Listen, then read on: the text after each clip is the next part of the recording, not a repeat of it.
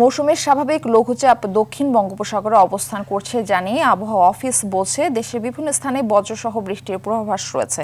এছাড়া আগামী সপ্তাহে দেশ জুড়ে বৃষ্টি বাড়তে পারে। সকালে আবহাওয়া অধিদপ্তরে এসব কথা বলেন আবহাওয়াবিদ শাহনাজ সুলতানা। তিনি বলেন, এই মাসের 10 থেকে 12 তারিখে বৃষ্টিপাতের পর তাপমাত্রা আবার বাড়তে পারে।